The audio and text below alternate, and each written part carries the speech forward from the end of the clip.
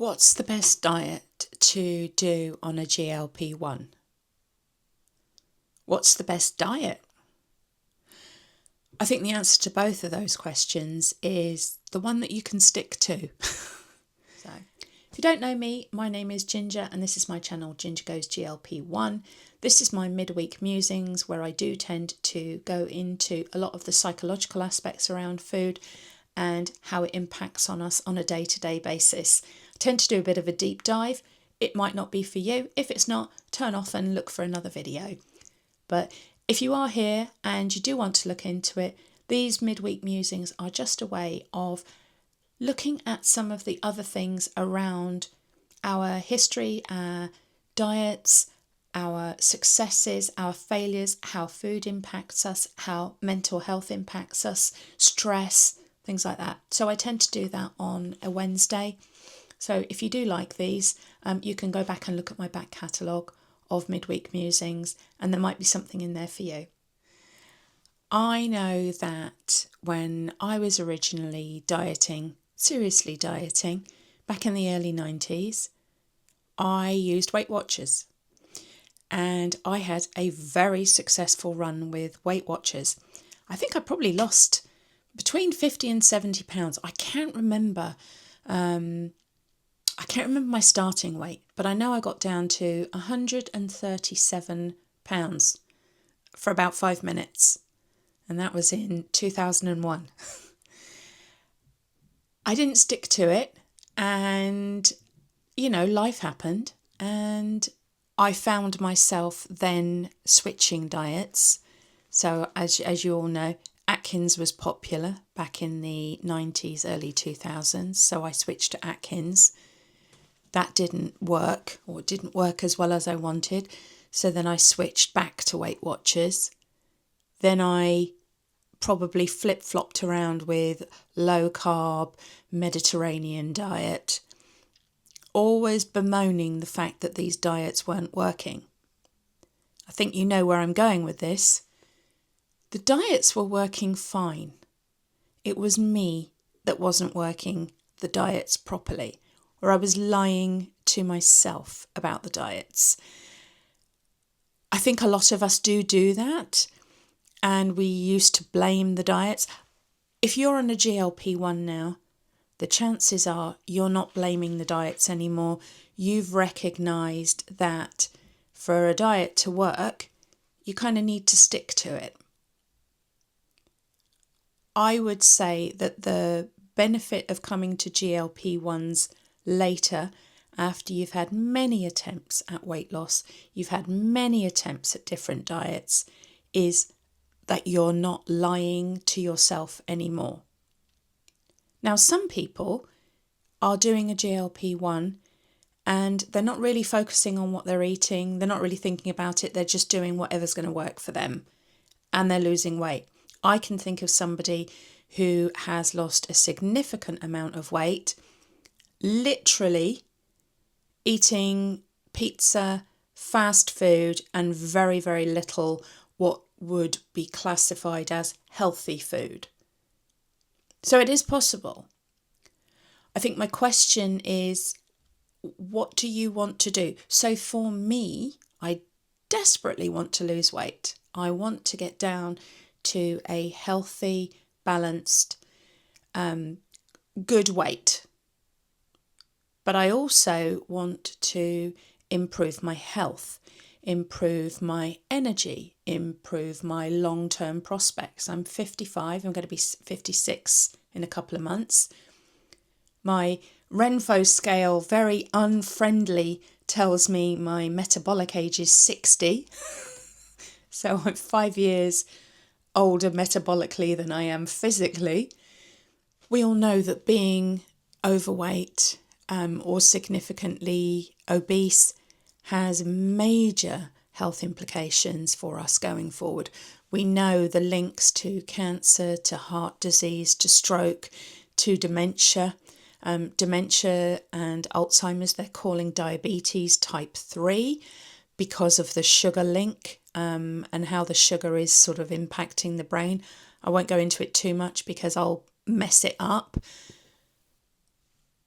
But long term, the focus for me is on optimizing the best diet that I can for my body, and what works for my body might be completely different for you and your body. You could be a vegan, you could be a vegetarian, you could be carnivore, you could have allergies and intolerances like I do, you could have an autoimmune disease.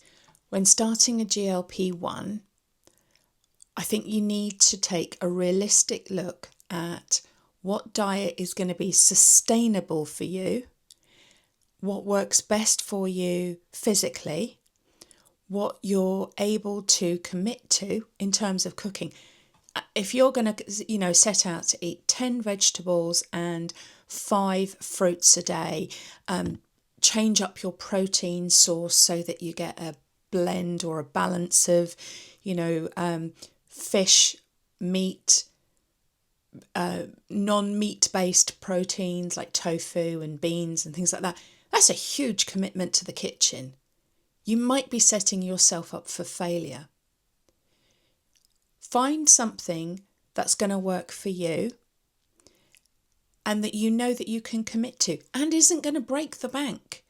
The more foods that you're buying, the more variety of foods that you're buying, the bigger your grocery bill. And then you've got to eat that all in the period of time that it's fresh. So when I say diet, I'm not using diet in the old sense. I'm using it in the sense of what is sustainable for you. What are you going to be able to do going forward that's going to optimize your health, allow you to lose the weight that you want to lose on a GLP-1, and enjoy your life. If you're going to commit, so the worst diet in the world for me would be a vegan diet. Absolutely. A lot of those plant-based proteins don't work with me. I can't do legumes and things like that. Can't do soy. And I've tried eating similarly to that in the past, and I was constantly hungry. I work better towards the carnivore, keto kind of thing. Very high protein, low fruits and vegetables and starchy carbs. So I know myself, I've worked that out over the years. And if you've done loads of diets, you'll probably have a good idea about what works well for you. And it's okay to come off those every now and again. It's all right to go out and have a bit of a blowout meal, whatever. I've got intolerances and things that bother me physically. But every now and again, I will eat those foods knowing full well I'm going to have consequences, because I'm not a purist monk, and I'm committed to this and I'm never going to stray from it or whatever. I enjoy my life. I enjoy food. And sometimes I enjoy, taste-wise, the foods that I know are going to cause me physical problems. That's a choice that I make. I have to live with the consequences. You're the same. You have to make those choices. You have to live with the consequences. So decide long term what you're going to kind of commit to. And maybe you need to play around while you're on a GLP-1. Maybe this is the perfect time to try out different plans, different programs, different ways of eating to see what is going to work well for you.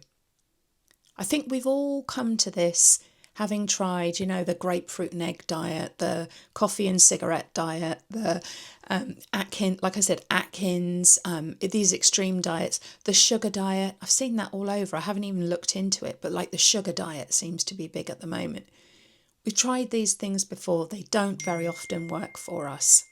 Also, I think it's important to think about some of your past successes and some of your past failures.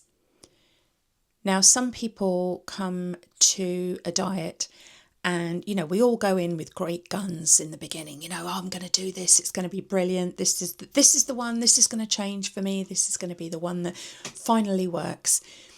And we don't stick to it. Sometimes we don't stick to it because we have a physical addiction to a food like sugar. Sometimes we have, or reliance, if reliance works better than addiction, use that. Or sometimes we have a mental addiction or reliance on a food. Those of you who've known that I've gone on the AIP diet, it's opened up my eyes to how much I'm addicted to coffee. And I use the word addictive in its correct sense. So you might have either a physical reliance on a food, a mental reliance on a food. For some people, they consciously or unconsciously feel safer in a bigger body, and by dieting and starting to lose weight, that can cause, a physiological and psychological response in them that then they abandon the diet and they go back to their old ways. I know we've all eaten foods to squash down our emotions, maybe. We've eaten foods as self-punishment. We've eaten foods as self-sabotage. When you're doing really well and then you decide just to chuck it all in, blow it off and have a big binge. Sometimes the binge is triggered by emotions. Sometimes it's triggered by stress, anxiety, anger, domestic situations, whatever it is.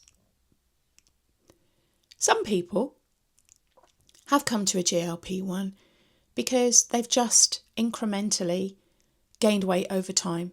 They've just gotten into lazy habits, or they've just started eating a bit more, or it's been a slow and steady creep over the years. A lot of women come to it after menopause, when what used to work no longer works anymore. There are different reasons why we've all come to a GLP-1. But hopefully what you will have found is that by being on a GLP-1, even if the benefits aren't as dramatic as they are in some people are hyper responders, some people are very low responders, but hopefully you're getting some benefit from it, whether that's the reduction in food noise, whether that's appetite suppression, whether that's a feeling of fullness that lasts for longer than it used to do. Hopefully you're getting some benefit from it that can allow you these pauses in the thought patterns and the emotion and the suddenly reaching for food, to examine that and just take a minute to stop. Do I really want to eat XYZ? So do take these opportunities to holistically look at what's working for you, what's not working for you. Is there a way of improving what you're currently doing? I'm constantly looking at making changes and improvements and tweaks, which is why I'm on this AIP diet, to see what I could eliminate that would help me not just lose more weight, because that is the goal, but it's not the only goal, but to see what is impacting on my body. We know food causes inflammation these days. We know food causes reactions that can cause us to hold on to food. Sugar and insulin, for example. Some people, it impacts on their health, like certain foods give you headaches and things like that. Take this opportunity to look at these things, and, even if you've never really been bothered by food, by allergies, by addiction to food, and it has just been a slow and steady incremental creep, still use this time, this opportunity, to review what are you sitting down to at 6 o'clock for dinner tonight. Look at your plate and say, is this in the best interest of my health, my weight loss journey, and my future outcomes? Sometimes the answer is going to be no. If you're sitting down to a big plate of pizza or pasta, or, like a big lasagna and garlic bread and whatever, no, maybe not. But maybe 6 other nights of the week, it is adding to your health. Like I said, I don't want anyone to live a puritanical lifestyle. We need to enjoy food, especially if you've struggled with food and weight and food noise all of your life. doing a super restrictive, super harsh plan is not going to be sustainable long term, and you're going to feel miserable and you're going to fall off the wagon again, like we all have in the past. So choose something that you can stick with the majority of the time. Use the 80-20 rule. So 80% of the time you're good, 20% of the time you allow a little bit of leeway in your diet. Or go less, go 70-30 or 90-10, whatever works for you. We're all different. We can all commit to different things. We all can benefit from different ways of living, eating, exercising, utilising these GLP-1s in the best way that we can. Some people are split dosing, some people are microdosing, some people are using it the traditional way. You know, we've all found a bit of a groove. I think the more people that are out there talking about it, vlogging, saying their journey, you'll be able to find people that you relate to and are doing what works for them and works for you. So stick with those people. You know, if it's not working, so if you are eating pizza and fast food and junk food, for want of a better word, and you're not losing weight and you're on a GLP-1, look at that. If you're eating a healthy diet, but you're eating loads of, potatoes and pasta along with it, and you're not losing weight, maybe look at that. You know, just it's adjusting. It's constantly making these tweaks and adjustments along the way. Like I said, we want to optimise our future, optimise our health, make every opportunity count on this GLP-1 journey. That's what I'm trying to do. I want to get value for money. I want to get to the goal weight that I want to get to. And I want to invest in my future health, my future, my skin, saggy bits and all. How I interact with people. Next big thing I'm working on is my tiredness, my fatigue. So it's constantly just looking at these little tweaks. Some people, if you're just like ticking along and you're losing 1 pound to 2 pounds a week, you're not thinking about it. You don't have to listen to these midweek musings because you've got no psychological issues around food. Great. The GLP-1 is working just as well for you as it is for the person doing a deep dive, looking at their history, looking at their addictions, their reliance on food, like me, all of the things that I'm looking at constantly to see what improvements can I make that are going to bring me to a better, healthier future.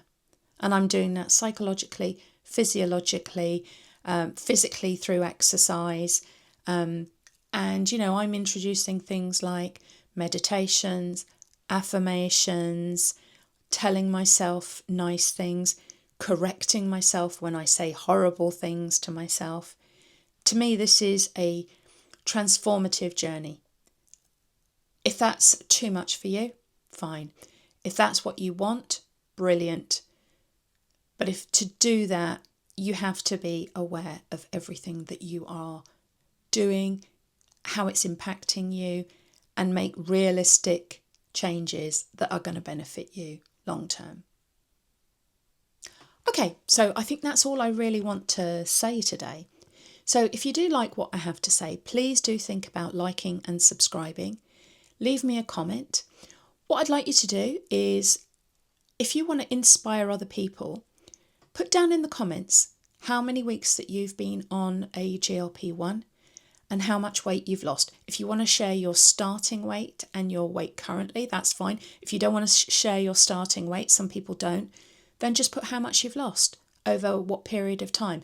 If you want, put down, have you changed your diet? Have you changed your lifestyle? Have you added exercise? I think that's very inspiring for other people to be able to see what we're all doing. Obviously, I'm documenting here and I'm telling you what I'm doing, including the times that I'm not exercising when I should be. But yeah, just, reach out to other people, inspire them, tell them what you're doing, how you're doing. And if you want to put down what diet you're following, if you are following a diet, or how many times you're eating, or what amounts of food that you're eating, I had quite good response to the portion sizes. People not sure if they're eating the right amount. It's a learning journey. We're on it together. We can share information amongst ourselves.